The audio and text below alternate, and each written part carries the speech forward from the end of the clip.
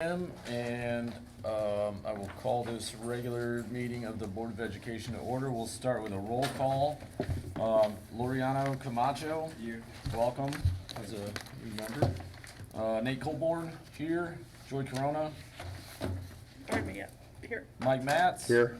Betsy Ross. Here. Melissa Samborski. Here. Wayne Tronjo. Here. All right, let's stand for the pledge.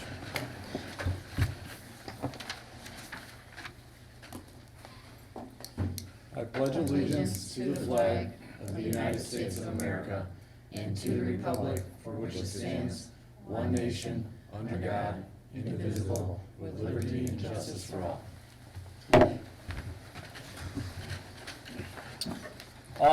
Before we get going too far, we are not live streaming right now due to the football game live streaming. So we'll still be able to watch on YouTube though later.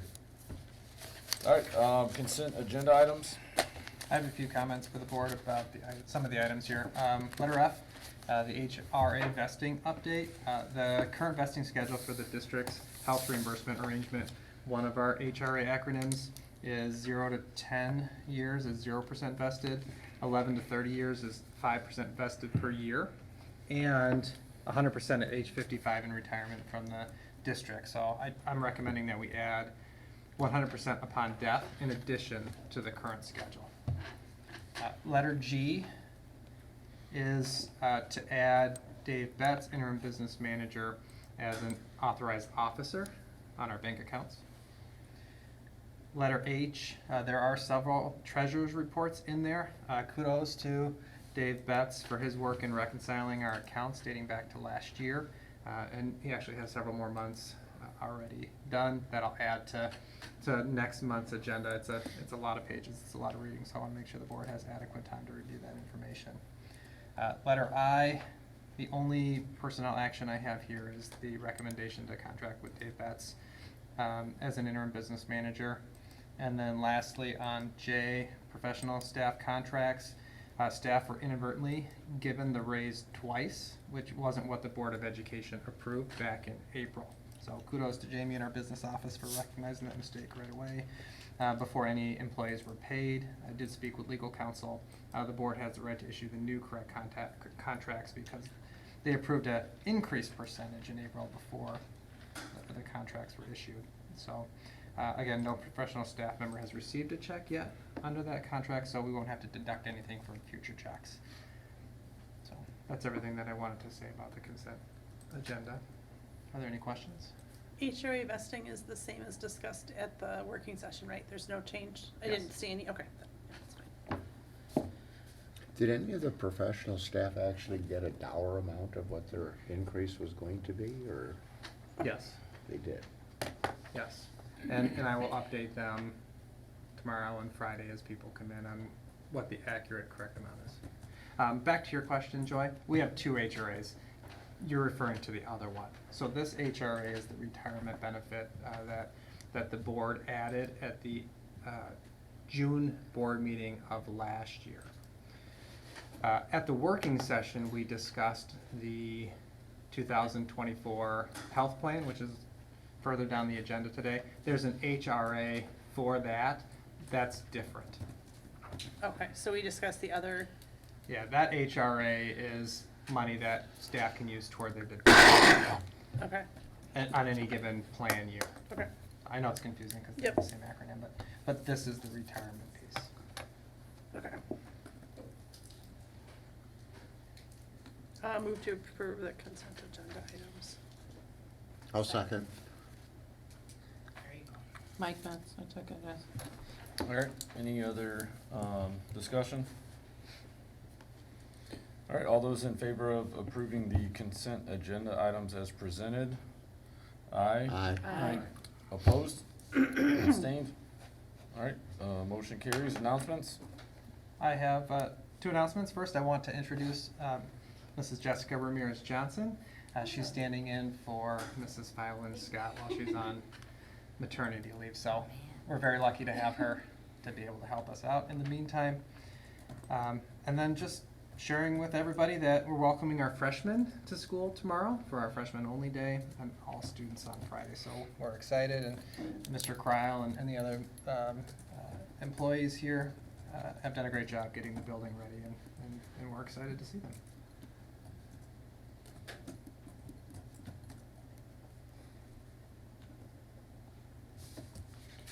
All right, reports.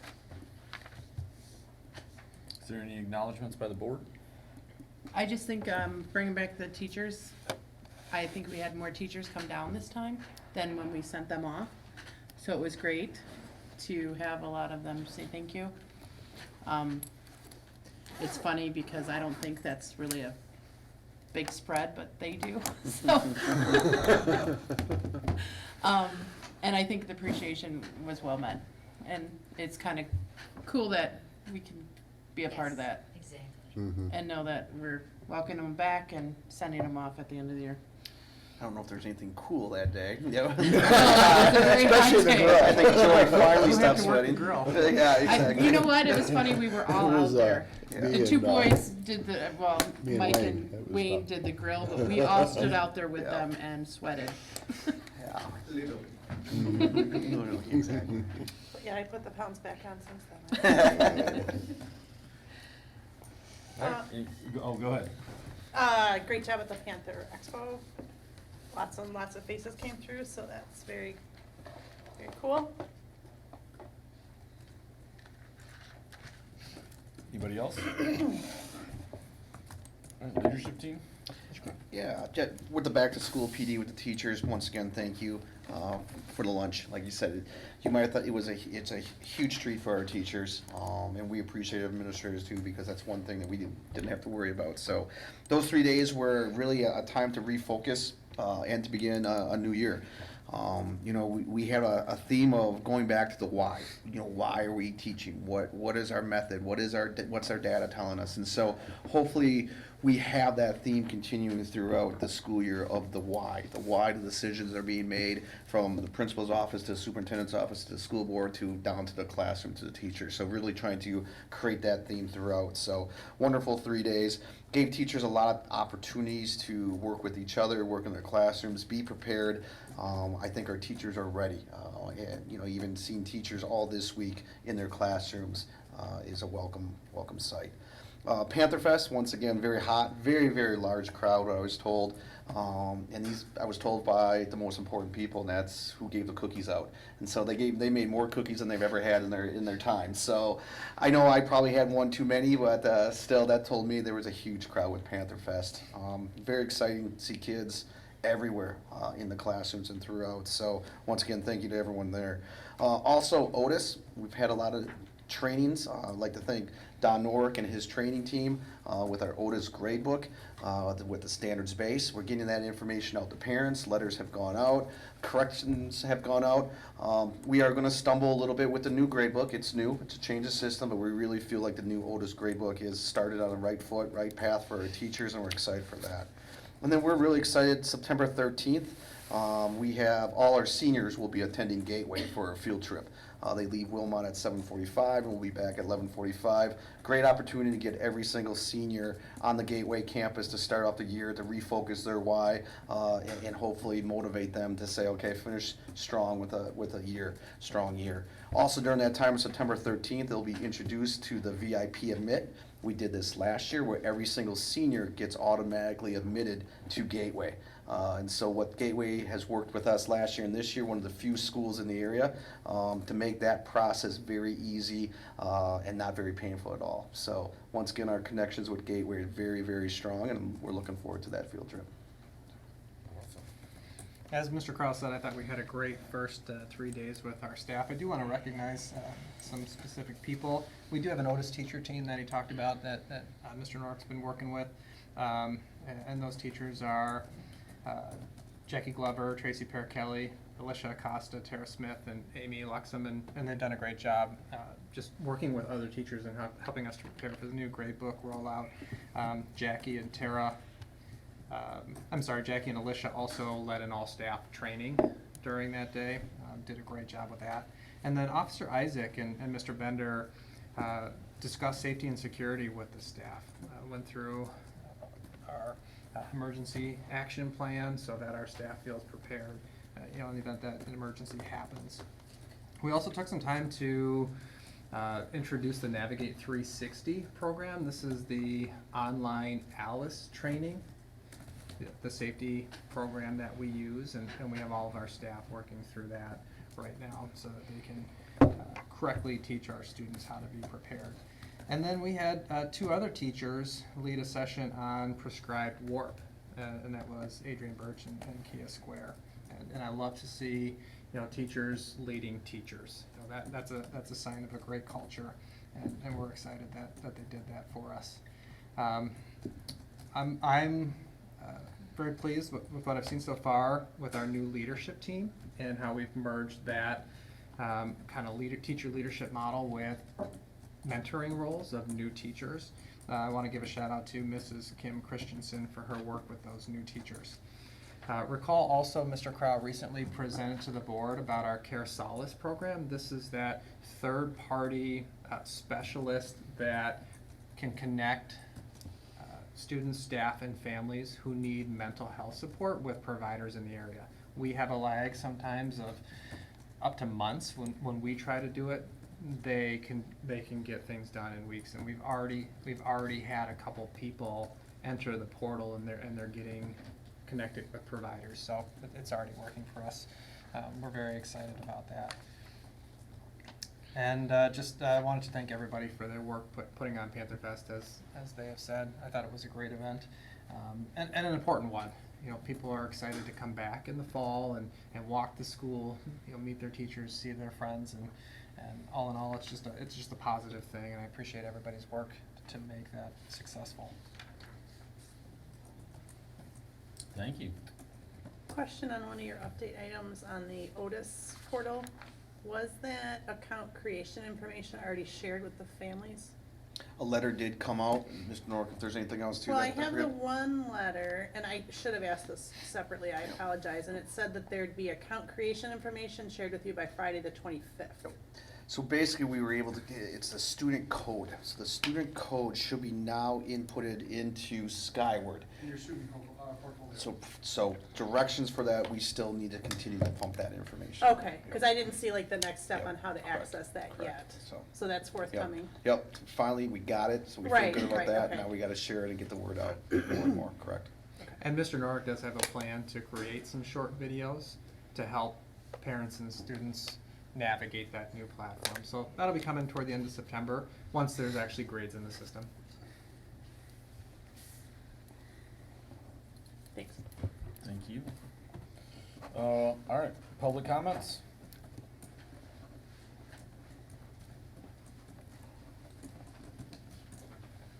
Unless it's Jacob, then there's nobody. That's what I figured. Okay. All right, items for discussion and possible action. Go ahead, Mike. So the first item here is the 2023 Emergency Connectivity Fund purchase. Unfortunately, Nick Pasley wasn't able to attend the meeting tonight, but I'll explain his recommendation to the board. During COVID, the district purchased 750 Chromebooks for our one-to-one program. All students are issued a Chromebook so that they can connect. Through the digital landscape, the estimated life of a device is 4 years, which is the length of a high school career. So moving forward, we're going to have to budget to replace about a quarter of our stock every year, and that's a significant expense, obviously. And you can see that replacement schedule in the exhibit there, if you scroll down a little bit there, Jess. So in May of 2022, Nick and Dave wrote a grant to cover the cost of 250 Chromebooks or a class's worth. After a bit of a delay, we were awarded $73,750 for these Chromebooks, which is awesome. Thrilled about that. But we do have to purchase the devices first and submit for reimbursement, which is going to require the board approval because the cost is over $20,000.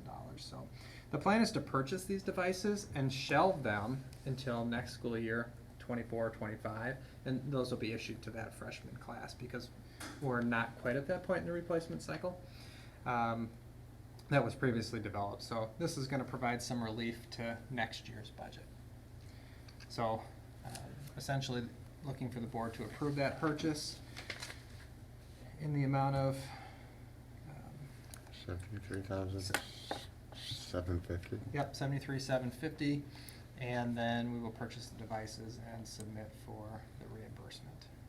Just one question on one of the lines in his write-up where we have suffered a significant amount of device loss over the last few years as students depart the school district unexpectedly. Can you elaborate that, please? Yes, so sometimes students leave and they take their Chromebooks with them. So you'll see later on in the meeting, I'm looking for an amendment to one of our policies about giving district the ability to take families to collections in those situations, because the devices are over $200 a piece, and we can't afford for people to take them. So, so yes, that is true. We lose devices. Right, I throughout the get year that, in but just way. the word significant amount, I didn't think we had that many mid-year departures, but there has been enough, I mean. It's not all mid-year departures. Or Some not of it mid-year, is, but- graduating seniors. Some of it is kids that enroll for summer school and never actually come here for school. So I don't have a dollar Okay. amount, but it's in the thousands.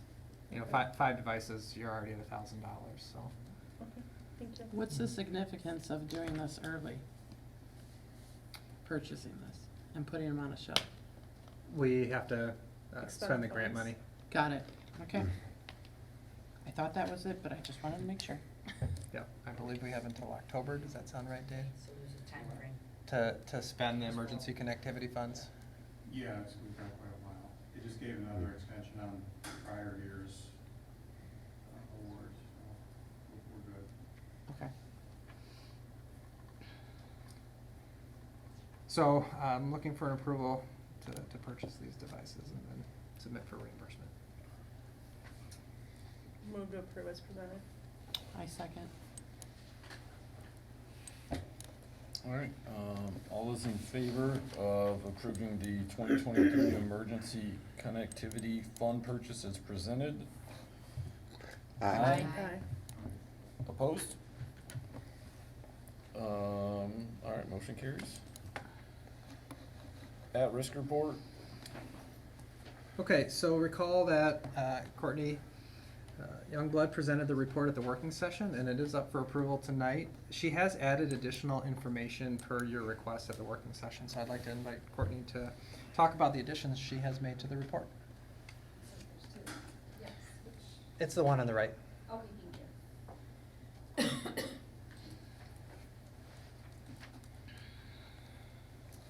Okay, so we already have covered some of these things. So one of the things that we went in is in looking at students who are at risk.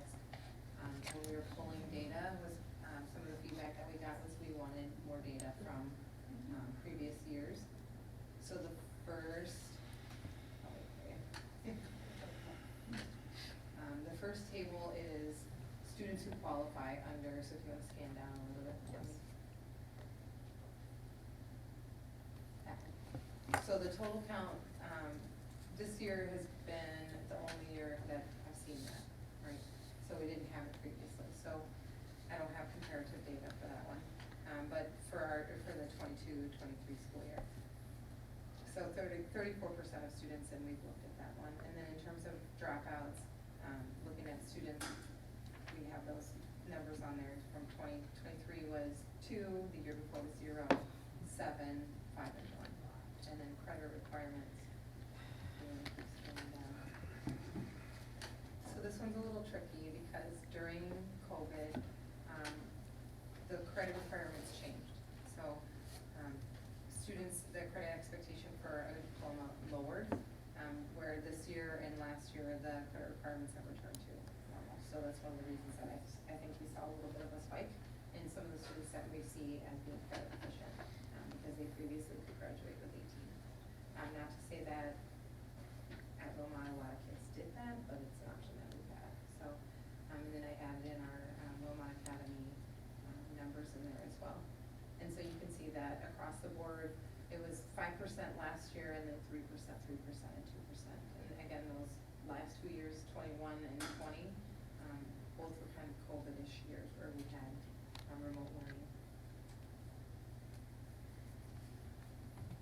then for grade level benchmarks, looking at the ACT data, we didn't use the ACT data in the previous year, so this is only for the 22-23 school year. So what I did was I linked in the report the score ranges, like where I came up with the numbers that would qualify which students fell in that below level score, and those were just provided, so you can look and take a look at those later. And then I linked the table if you want to keep scanning down from WUHS dash. So one of the questions was like, how does our data compare? And so this is the data for English and language arts and students that show as advanced, proficient, basic, and below basic. So the below basic is 21.5, and unfortunately I'm gonna make you scan back up, or I might be able to look at mine.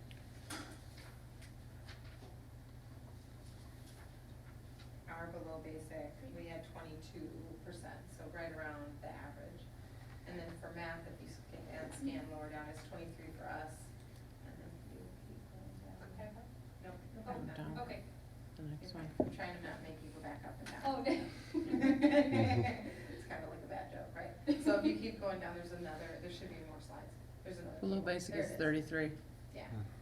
So, so our numbers are better than, and part of the reason for this is that, again, the content that they're assessing for ACT is a little more rigorous than the STAR assessment. That's why we see that dip. So if we keep going down, this is for 21, 22, ACT again, and then if you want to scan down again, I have to, and then math. And you keep scanning. So we used the STAR data previously, and with STAR data, it does look different, but we're also looking at, for ACT, the test assessments, trying to build them up to take that 11th grade assessment, and so that's why those numbers look a little bit different. So that math rigor is a lot different for ACT and pre-ACT than it is for our STAR math. But that is our collective from 22, 21, and 20 for reading. So you can see that in reading we had 24% from the year previous, 18, 22, and then for math it's 14, 12, and 11. So for reading, kind of seems like it's ebbing and flowing a little bit. Math is kind of on an uptick. And then for habitual truants,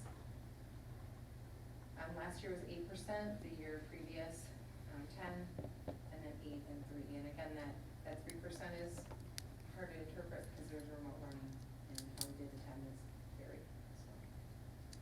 So, and then for the absentee rates, comparatively,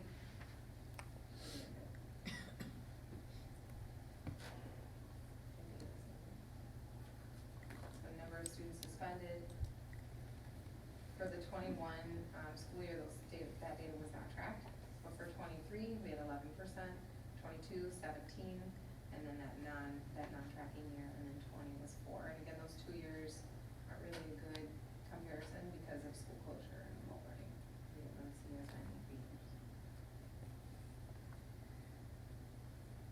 And then suspension data is 11%. That's good. That's it, right? So grade level benchmarks, kids who met criteria for being at risk, who tested low in both English and math. I put the STAR data in here even though it's different data points. STAR doesn't really translate to the ACT and the pre-ACT, but you can see that there is a general pattern around 10%. So it's 14% last year, 10, 8, and 9 for the previous year.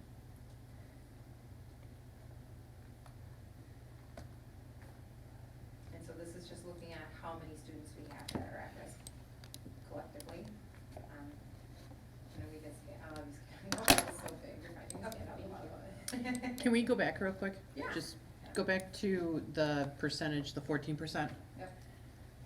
Could we say that uptick there was due to the fact that we have a better assessment program in place and we're finding more kids that need to be used? Yeah. Okay, And it's that's also what I the kind of rigor. thought, Yeah, okay. it's the rigor of that test. Because the pre-ACT rigor is you're assessing skills that some of the kids haven't been exposed to yet in middle school. Okay.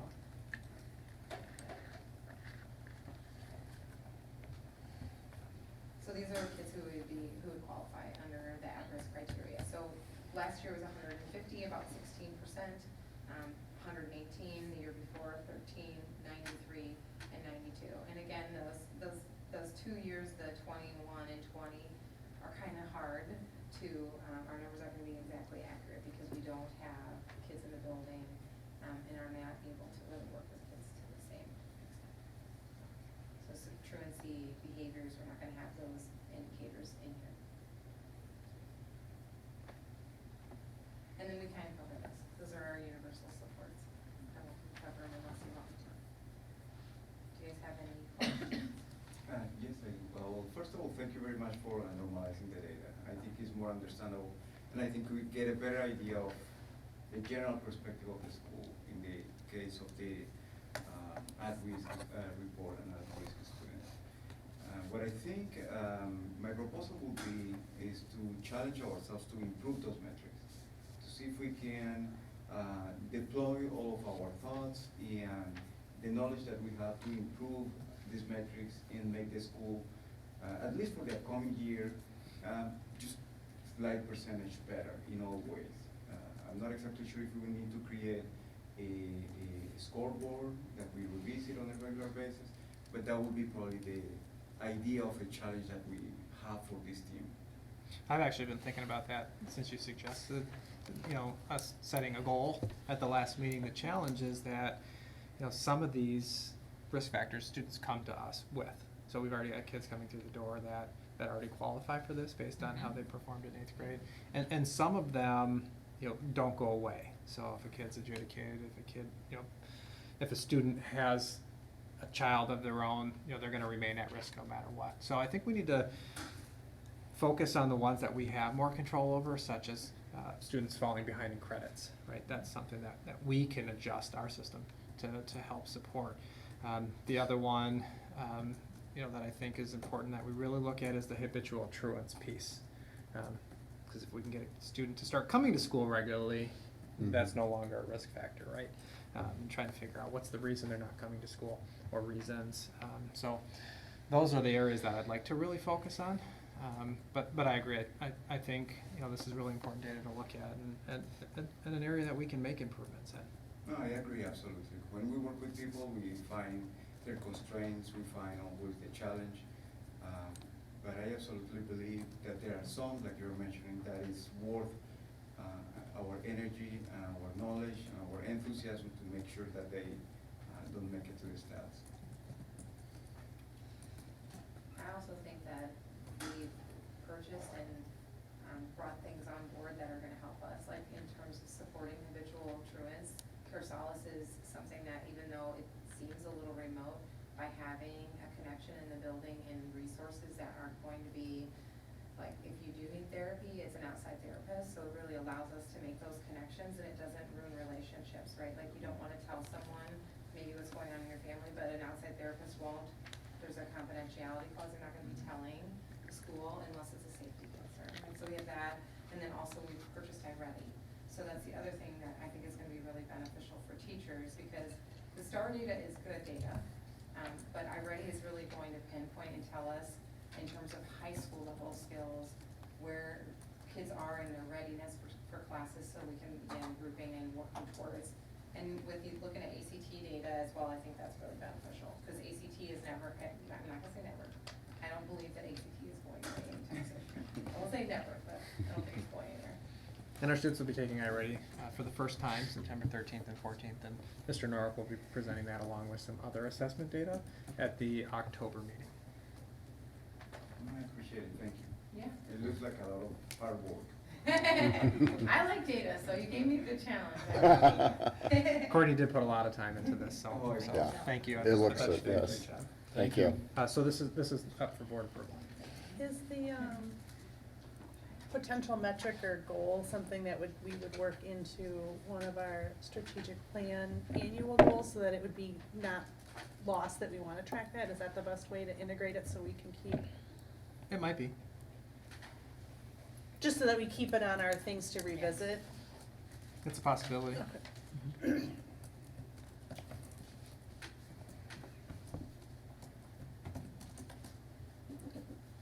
I'll move again to approve as presented. I'll second.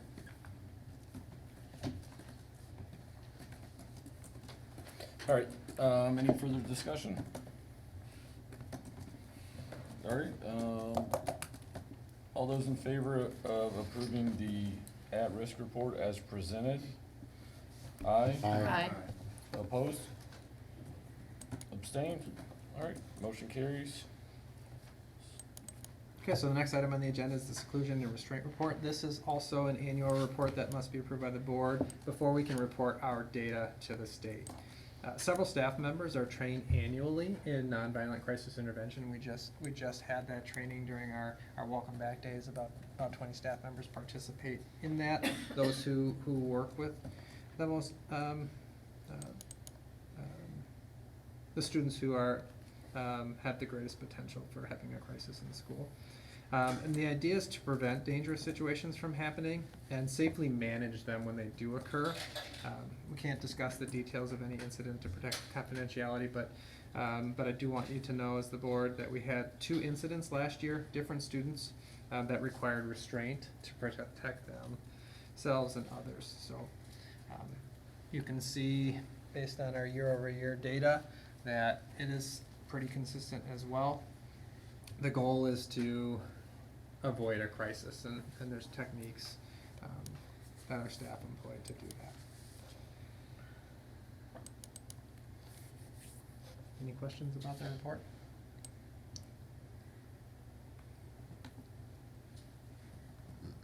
All right. So motion to approve the seclusion and restraint report. I make a motion. Second. Thank you. Is there any further discussion? All right, all those in favor of approving the seclusion and restraint report as presented? Aye. Aye. Abstained? I'm sorry, opposed? Abstained? All right, motion carries. Next up is the 2024 health insurance plan. Okay, so the health plan that was presented by Nicole Tucker at the working session is up for approval tonight. Just some highlights to remind the board about. The UHC Choice Plus plan, which would replace our current plan of Humana. Details include some plan changes to the buyout plan, particularly the cost is going to be a little bit more for employees, both for single and family. Higher copays for emergency room and prescriptions, but lower out-of-pocket for out-of-network services. No separate prescription out-of-pocket, which I think is definitely a big benefit for certain individuals. It's an overall increase of 5.9% over the current cost, which is definitely lower than we expected and lower than other school districts are facing. So I'm pleased with that. It is based on our current enrollment. And the Choice Plus network is the same network employees had in 2022 when we had WCA GHT as the carrier. So, and lastly, this includes UHC's expanded formulary, which is the medications list. And there are no changes since it was presented at the working session. And there's no cost change from last year if you're staying with the base plan, right? Correct. So the- those that are The on increase is only if you're in the buy-up, not in the base, so actually you'd get a 0% correct. increase, which is like important to note. And that's the majority of our Right. staff too. We refer to that as the high deductible health plan here, but yeah, you're absolutely right, and that's a huge benefit too. It's huge, because I think, yeah, you're right, like a significant portion of the staff chooses that, so they'd actually see a 0%. Mhm. Yeah, I think more than 2/3. Yeah.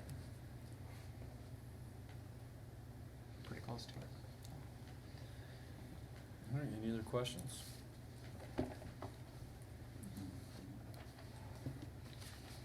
Okay, is there a motion to approve the 2024 health insurance plan? So move. Thank you. I'll second. Oh. Oh, beat me. Joy? You beat me. All right, any further discussion? All those in favor of approving the 2024 health insurance plan as presented? Aye. Opposed? Abstained? All right, motion carries. General records schedule adoption. So this is a new one for the board. We haven't had a general records schedule change since 2010. But last spring, the state decided to, reissue that for 2023 and eliminated the old one. So we do have to change. A new schedule is up for adoption, which we have in the board packet under the PSD GRS crosswalk final, if you're interested. There were 4 choices to choose from, and I selected the one that was recommended by legal. Essentially, this changes the length of time that we must maintain certain records. The rule of thumb for most records is 7 years. There are some that we need to maintain longer than that, but I'm recommending that we follow this. If approved by the board, then I have to send what we're going to do to the Wisconsin Historical Society, and they'll keep it on file. Any questions?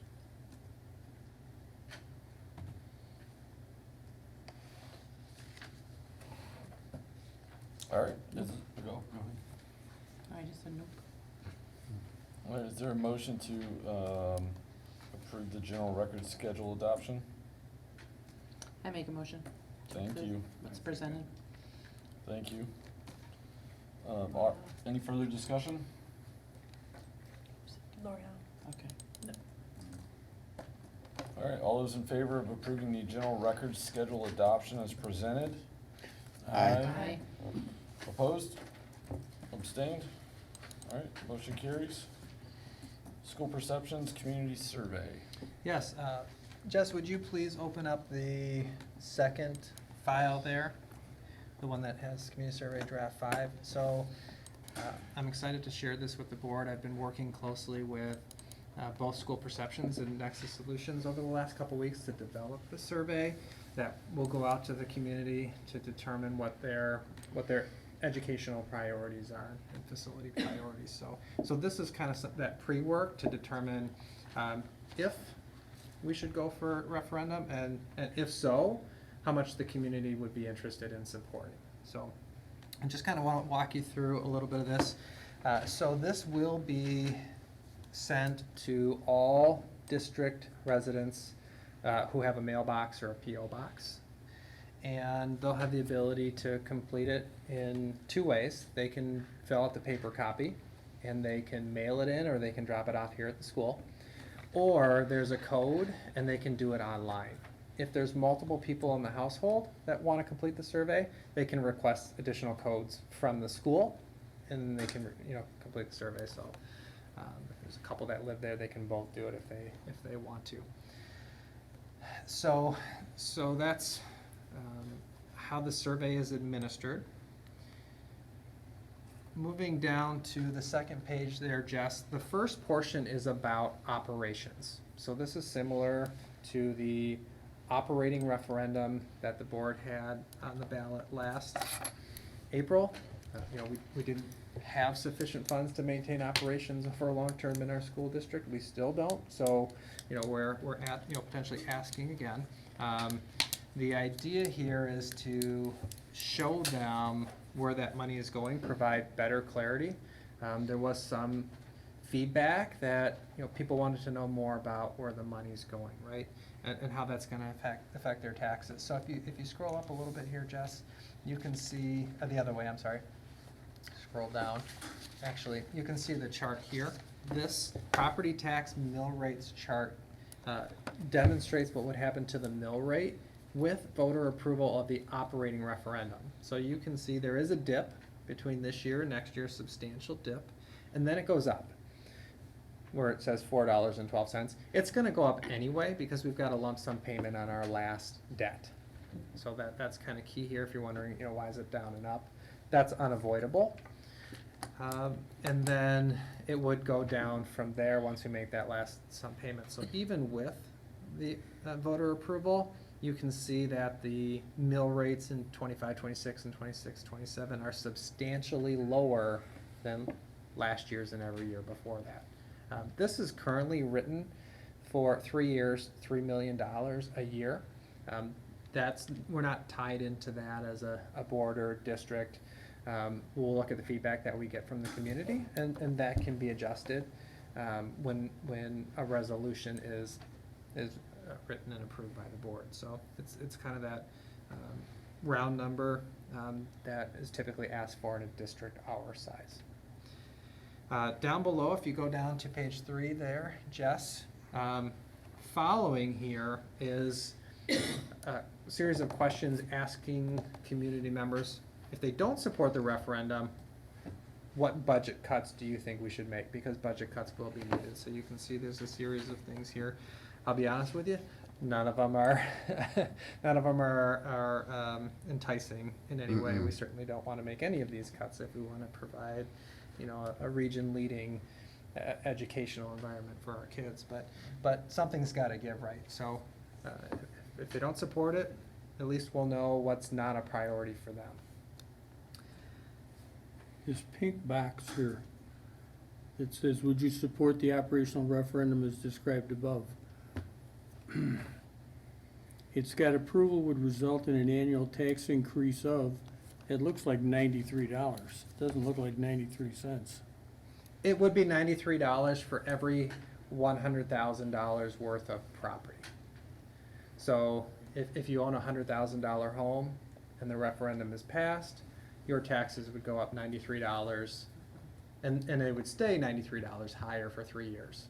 It's not 93 and then 186 and then 279. It's just, you know, 93 each of those 3 years. Well, I think the box to the right, though, would result in a property tax rate increase. I think if you use the term mill rate increase, then it would tie more to the chart to the left. Because then, you know what I mean, just to keep that terminology. So if the box said mill rate, then that is in this, like, percentage. Sure. I'll ask the surveyed developer his opinion on that. Okay.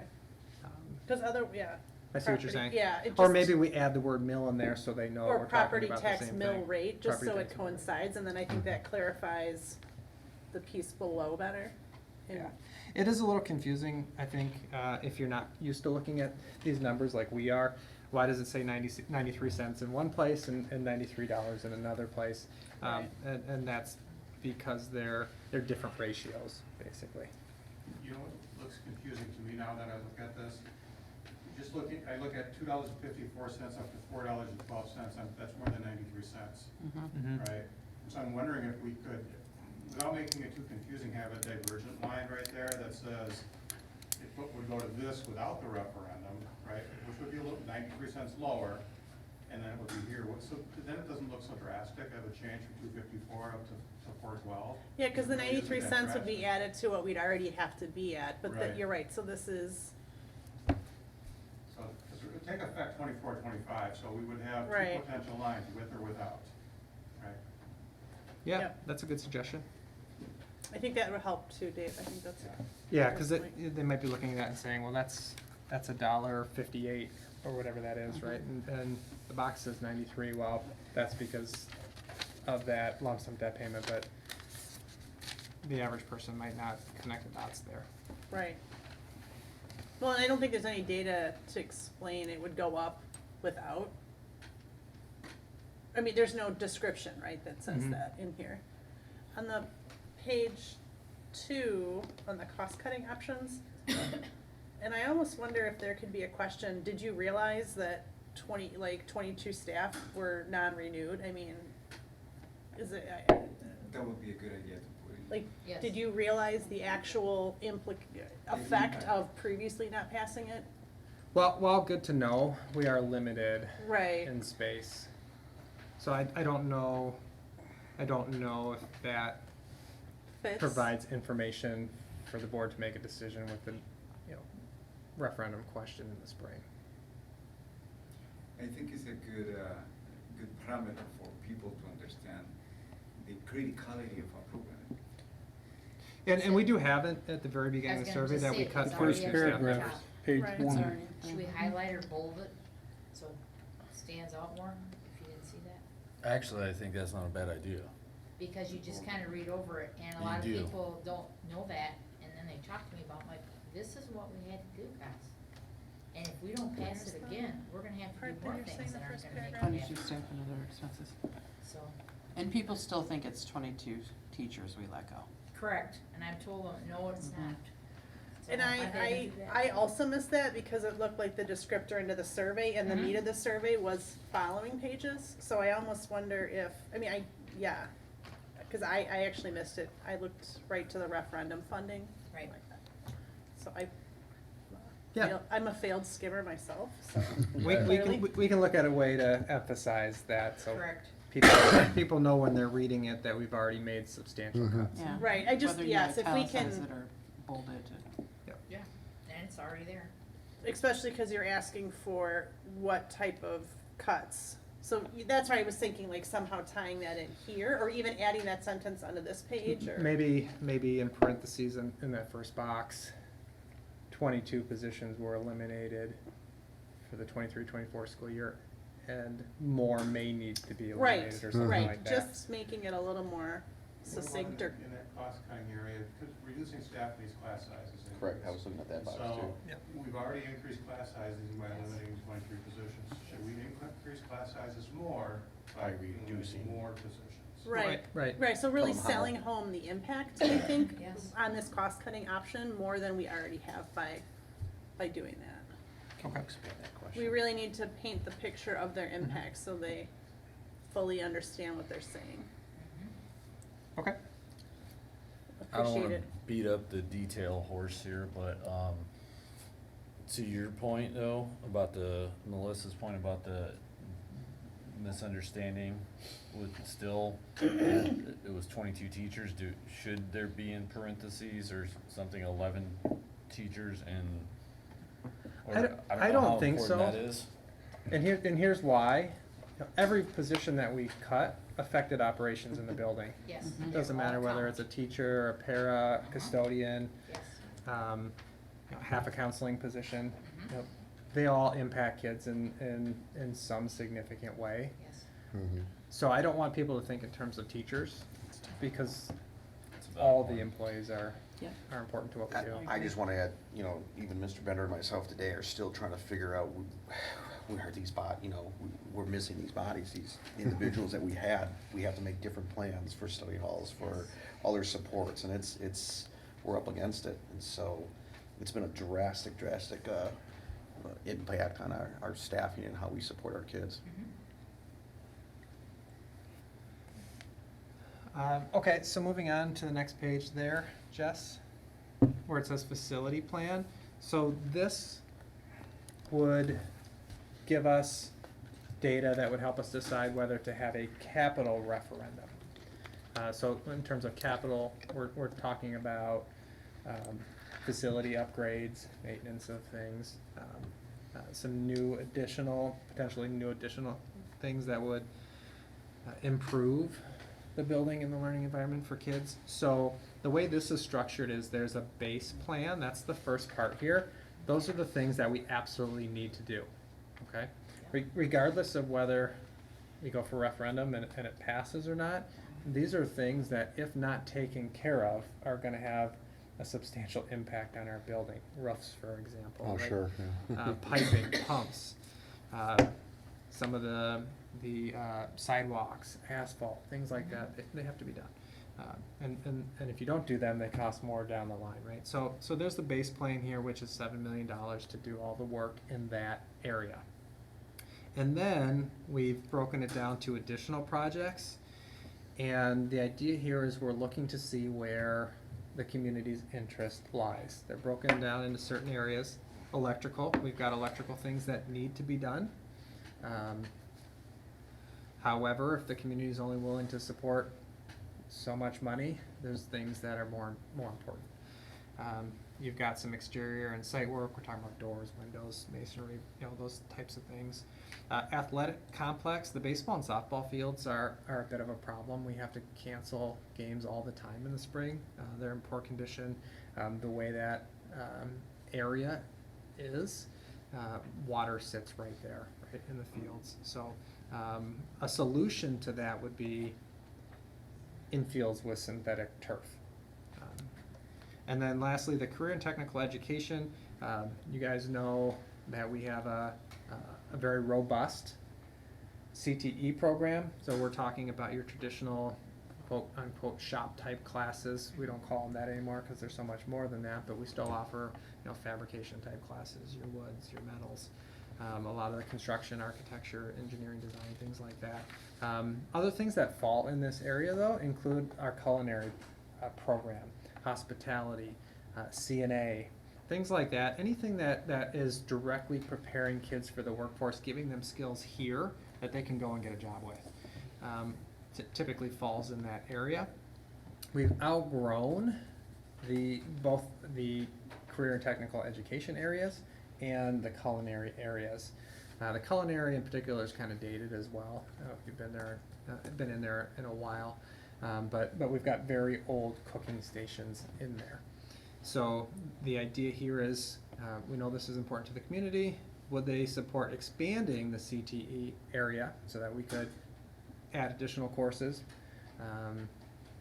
new machines for students to learn on, potentially another teacher, because we've got kids that want to take those classes, and then reworking the kitchen and the sewing area. We would like to expand the commercial kitchen that's used in our culinary classes.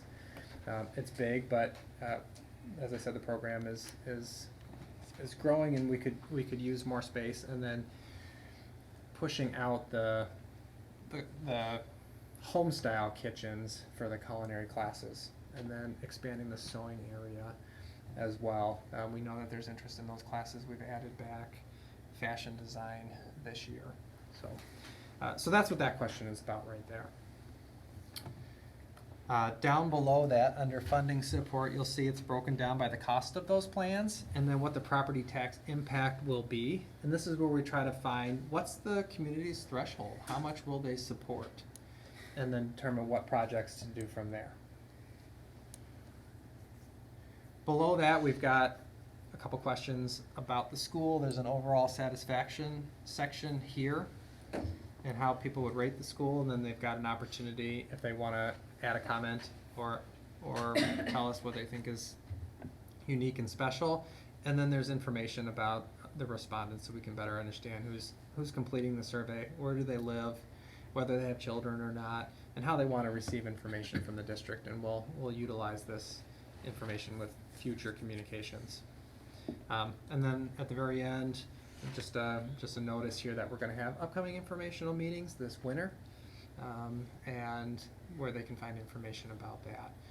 As far as the timeline goes, once this is approved by the board, it will go to the printer for proofreading, and then it will be sent to homes in 2 to 3 weeks. We're asking that they return the survey by October 8th. That gives school perceptions time to break down the data, disaggregate it. I have them scheduled to come to the working session on November 13th to present the information to the board. At that time, we'll decide if we'll go for a referendum and how much, and what we would ask the community for. We'll also bring in Nexus Solutions to a meeting, and we'll probably have a special meeting dedicated just to the items that are recommended, and talk about what's priority, what should we do, what should we not do, and go from there when we write our resolutions. So back to the survey though, you guys had some good suggestions on that first part when it came to operations. Were there any suggestions under the capital part, starting with the facility Yes. plans? A while back, we talked about getting our track into compliance so that we can host home track meets. Can we get that? So that is something that we'll consider as a board. There's a lot more than what's presented here just because we can't include everything. But that is one of the projects that would fall under the facilities. I do have a dollar amount they would have to go out for bid, but they're estimating the track reconstruction to be about $50,000. The list itself probably has 40 or 50 items on it, I would say. A lot of it is infrastructure type stuff, that needs to be done, lighting, wiring, piping, flooring, things like that. But there are some things that'll jump off the page for people. As not like why are they doing that? More of like, oh yeah, I know what that is, and my student's gonna be able to use that. Cameras, for example, that's another thing that is in the potential construction list. Sound upgrades or lighting upgrades for the theater, we've talked about that. That's very dated, about 20 years old now, so that's another thing that we're considering. Page 3 of the PDF. Sorry, we already covered it and then backtracking. So could that first paragraph say if voters do not support the operational referendum, because that's what these cost cuttings have to do with, is the operational referendum, just to tie that back into the page above, correct? Mm-hmm. Okay. So we would be looking at two potential referendums? Yes. And just for your information and those who are new to the board, we combined both into one last year. We're talking about splitting them into two this time. Okay. And hopefully providing more clarity to the community about why we are asking for the money. Okay. And in regards to the referendum, well, maybe I have just one question here. So you are targeting online and mail, right? Is that, how much return of the surveys are you expecting?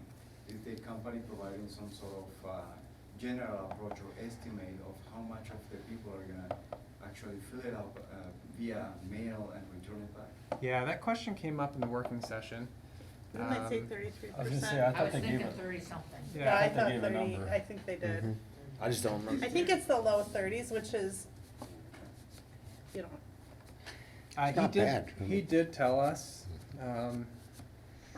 that, I wanna say, above 18%, your numbers aren't really gonna change. Whether it's 18 or 38, you're gonna have basically the same. It doesn't take that many surveys, really, to be representative of the population, which is why when you see like presidential polls and things like that, they only poll 1,200 people, but they're able to give you a margin of error that's very small for the entire state or nation, things Or you like have that. any statistics to support all I of think that it. answers my question, because what I'm looking for is what is the representative percentage of the population that is gonna give us an idea of how this referendum is gonna. I think, and you would have missed it, but they felt that they could estimate to a 95% probability of what things would be worded based on this survey. Mhm. So even if you get 33% return, they'd be 95% confident in their recommendations to us, Mhm. if I'm remembering. Yeah, and they this said in the data state of correctly. Minnesota, they have been 100% accurate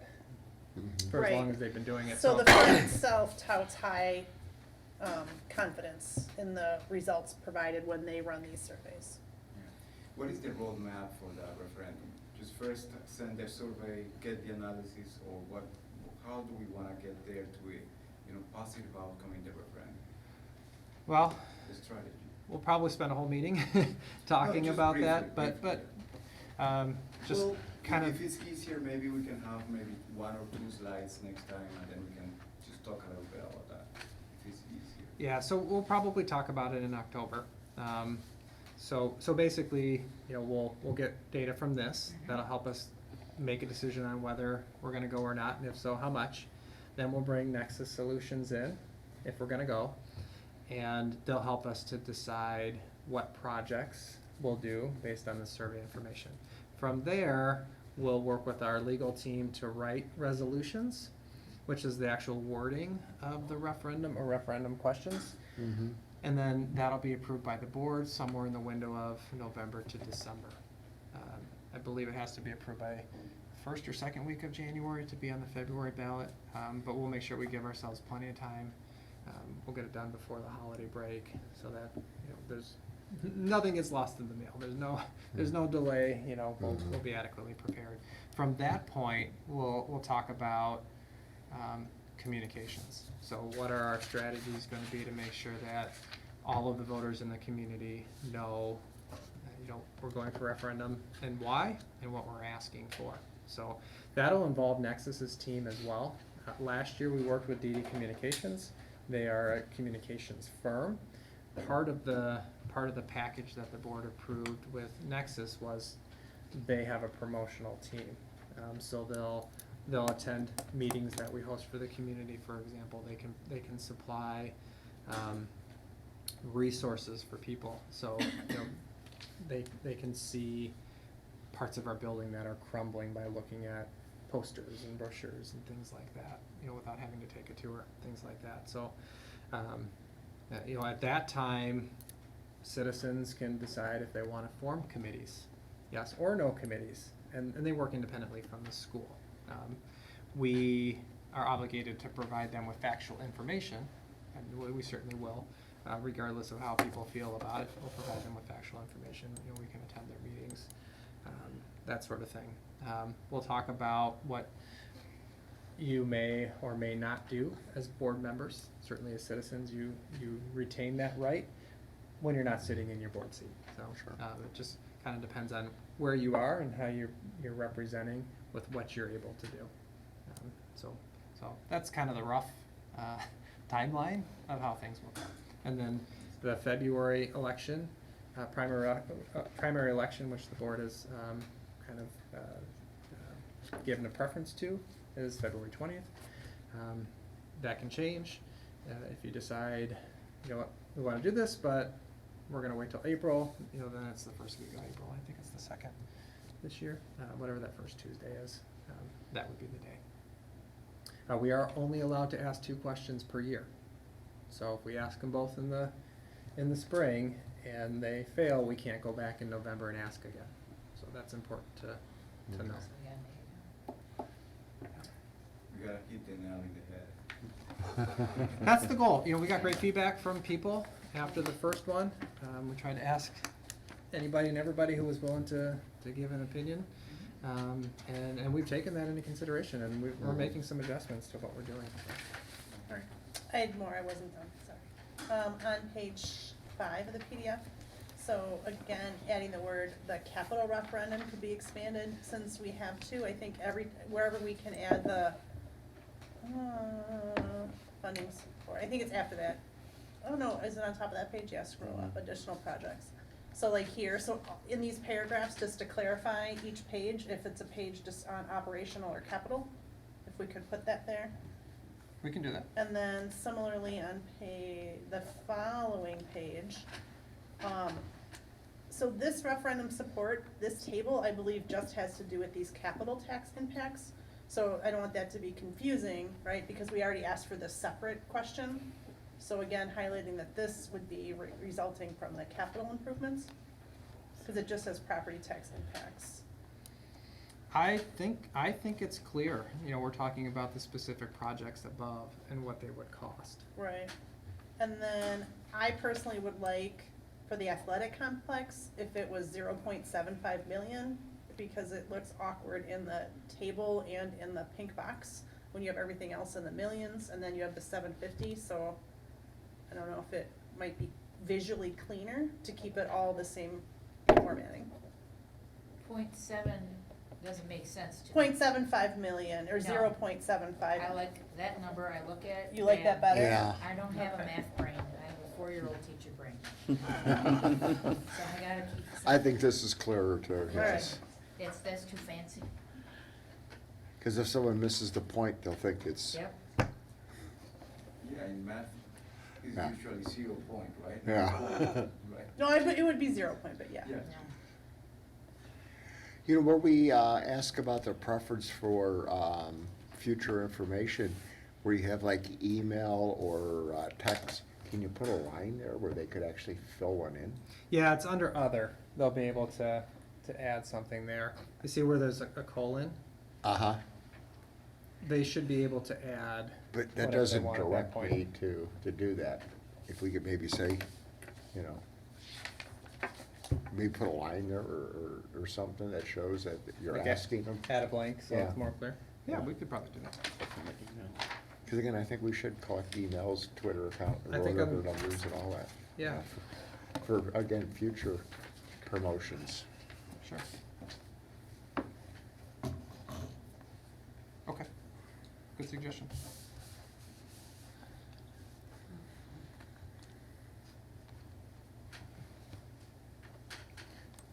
So I'll talk with the survey developer about these changes tomorrow morning. and get his opinion. I mean, they do a lot of surveys and see what he says. But we will need to have board approval of this before it goes out. I mean, I'm fine giving it approval pending integration to whatever comments they feel they can integrate. Okay, that works. I'll second that. Hold on, so That was a motion-ish. she's making a motion. Sneaky one. Approve the school perceptions community survey pending what? Integration of the comments that we've discussed. Or Is it- reasonable integration, because they might not do, so prefacing that it's just reasonable integration. Mhm. And then Mike second. I second.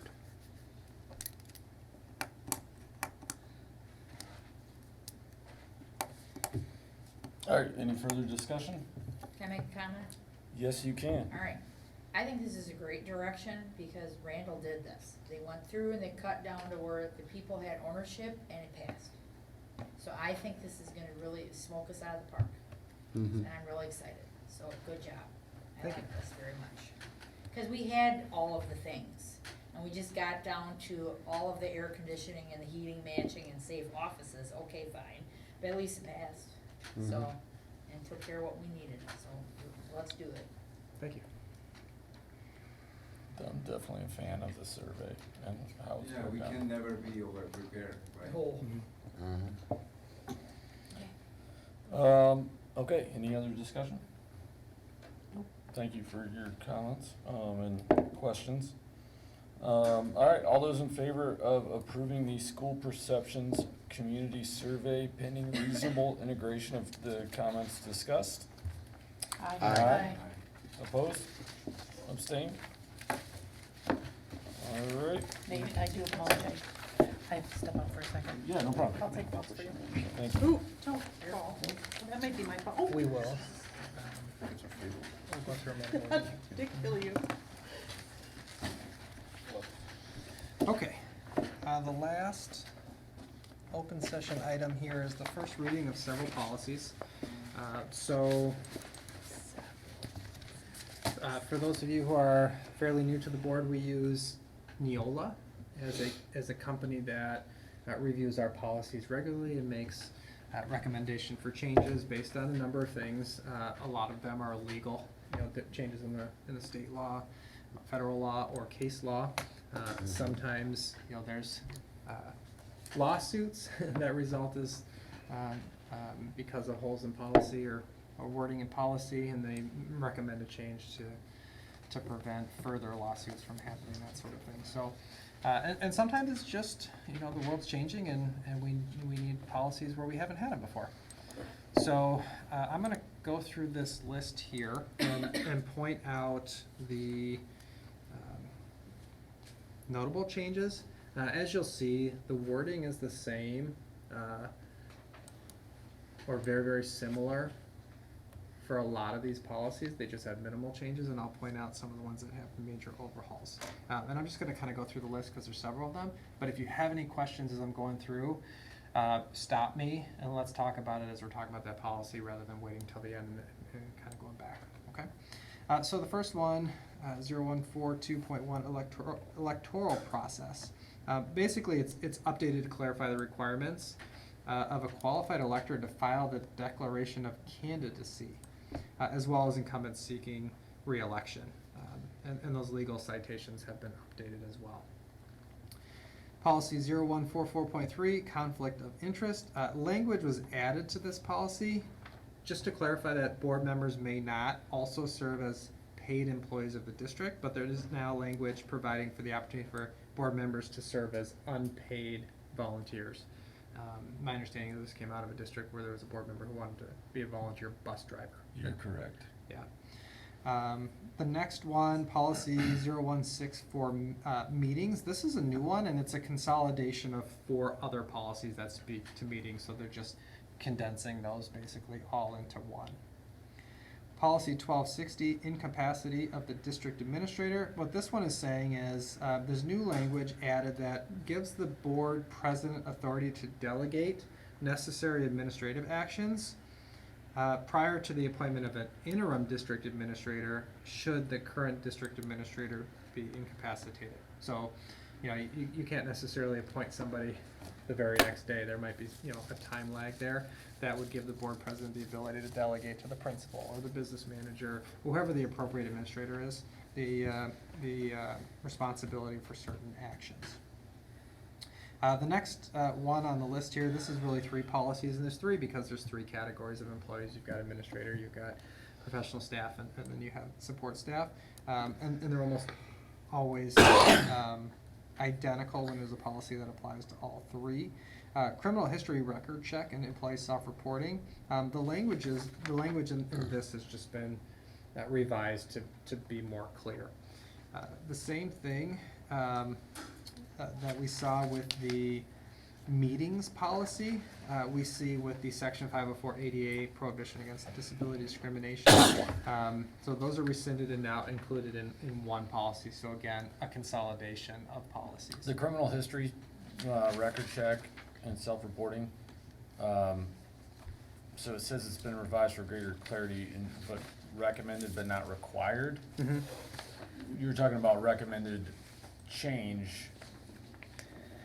Yes, we do not have. Recommended whether or not they have to report. Yeah, there are some times where we have to because of changes in state law, for example. Gotcha. But this one, we don't have to, but Neola is recommending we change it or we revise it based on something that's happened somewhere else, or they've changed the wording to their policy, basically. Yeah, the wording on it's definitely more clear, but Yeah, and ultimately that one comes down to just providing clarity on what types of convictions or deferred adjudication employees must Finishing this one. self-report. And I've got it highlighted in green there so you can see the change. The previous language is in pink and the new language is in green. gotcha. Yeah, that was just the recommend versus required threw me off a little Yeah. bit. Most of the time they're recommended, but there are a few that are required. Policy 2340, district-sponsored trips.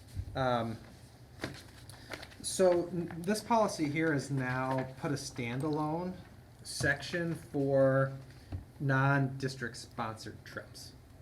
So, let's say that there's give an example here. Let's say that there's a coach that wants to provide a field trip that's not sponsored by the district. That person would have to receive approval from the principal to promote it within the facility and school grounds. There's language about what they can and cannot do when it comes to that. I also am clarifying what must included in a proposal for a district-sponsored trip. So you can see that on the second page of the policy. Details of the trip, cost of the trip, any third-party entities involved, the curriculum-based purpose of the trip, identify what students are eligible to participate, and any other information. We're already doing that. That matches our practice. So our policy will now align with the practice. The next one, program and curriculum modifications. So this is revised to reflect the option for the designee of the board to deal with the requests. And the designee is the principal to deal with any curriculum modification requests. So the board doesn't make that decision if a parent comes and says, I think you should modify my student's curriculum because of this reason. That would go to Rob. The next one, selection of instructional materials and equipment.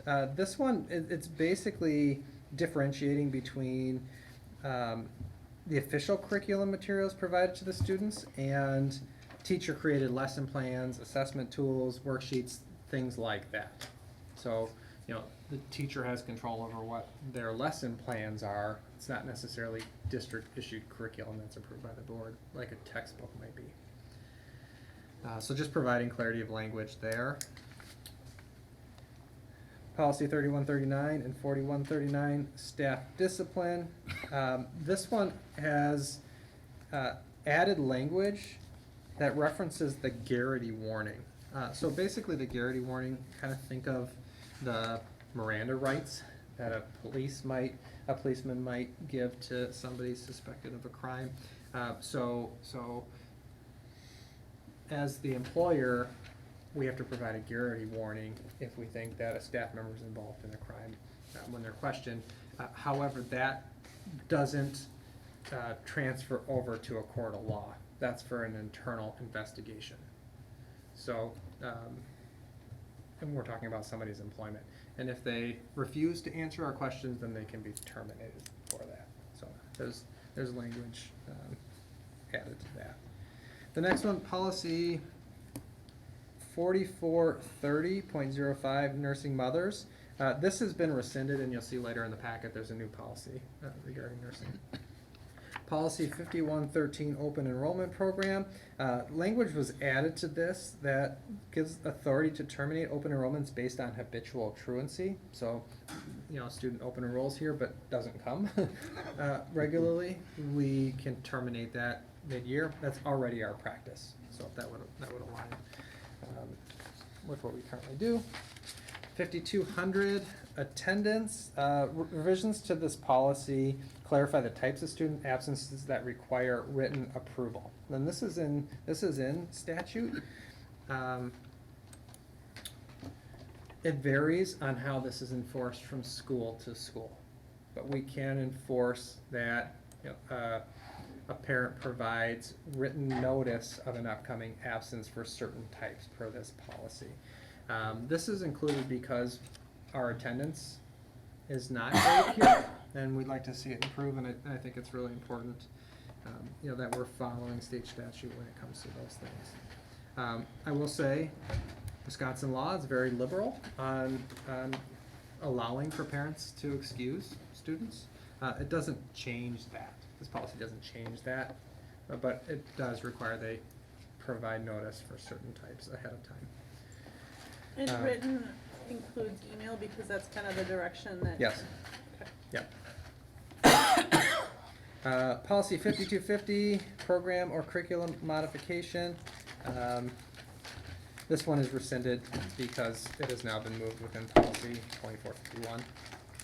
Policy 5350, suicide prevention, intervention, and postvention for death by suicide has really been overhauled. It was developed in consultation with suicide prevention experts, and then from there, I took it to our staff and asked for input. Sue Fennell, our school psychologist, reviewed it and made some recommendations based on what our current practice is and what professional best practice is. So that's what's there. 5505, academic honesty, has reworded the academic honesty or cheating policy, and it includes the impact of artificial intelligence, AI. We're seeing the world change, and that needs to be added.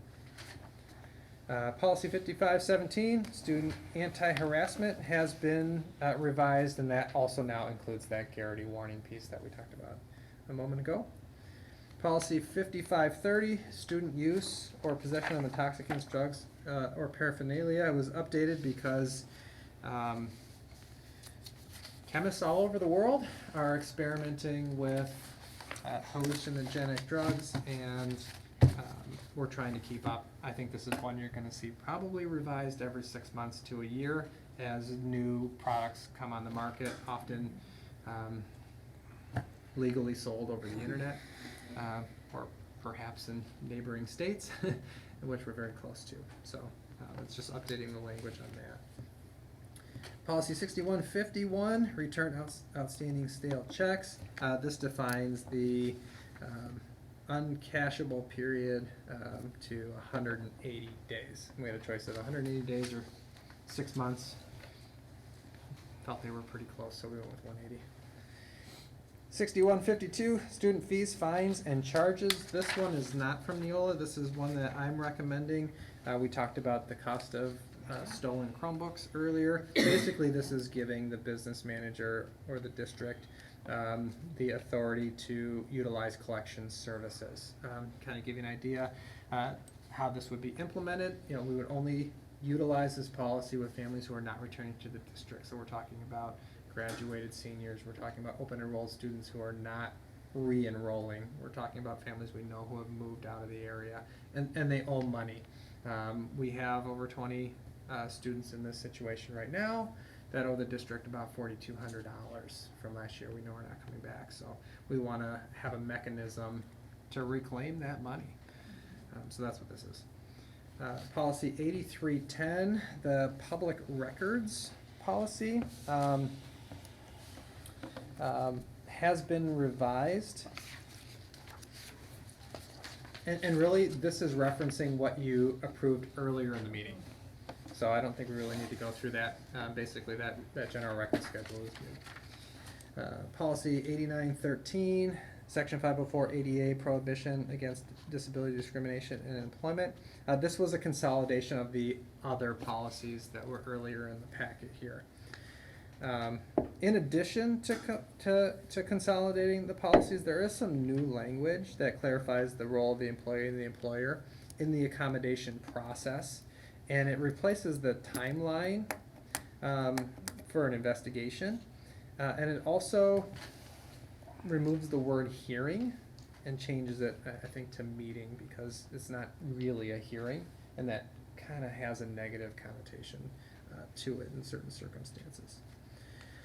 Policy 9210, parent organizations, has been rescinded and replaced with policy 9211, district support organizations. And we've talked about this as a district in the past, I know that. Basically, it gives the option to include a requirement that any organization receive advance permission to use the district's logo, name, and applicable slogans and taglines, things like that. So an example of this might be, a club that's affiliated with the school but not a school-sponsored club. Shooting team is the one that comes to mind. I know we have a couple other ones, so this would apply to them. And it gives us some control to some extent on how they're using our logo, how they're using our name, things like that. We don't want people to think that we're associated with things that a public school typically wouldn't approve of, that sort of thing. So not currently an issue, but it's there to protect us in the future. Should there ever be a need. That was a lot. Are there any questions about any of the policies? So, Loriano, we're required to have 2 readings, so this is like the presentation, and then all of these would have to come back before we can vote on them. So this was Mike's informative, then you can read through the language. If you have any questions, then you'd make those before the second reading, which is, so we can't take action on these tonight. This is your first blush to go through them, and then if you have any comments, give them back to Mike probably before it goes on the next. Yeah, and they'll be up for approval at the September meeting. If you have any questions, Thank you. Certainly questions or comments, feel free to give me a call or email me, and we can discuss those at the next meeting. We can revise at that meeting and approve it that way. I don't want to get down to wordsmithing or anything like that. The professionals do that. But if there's anything within the policy that you're concerned about, or you have a question why it's there, if I don't know the answer, I'll certainly try to find out before that meeting. That was a Everything lot, policies. that was a lot, but thank you. Yeah.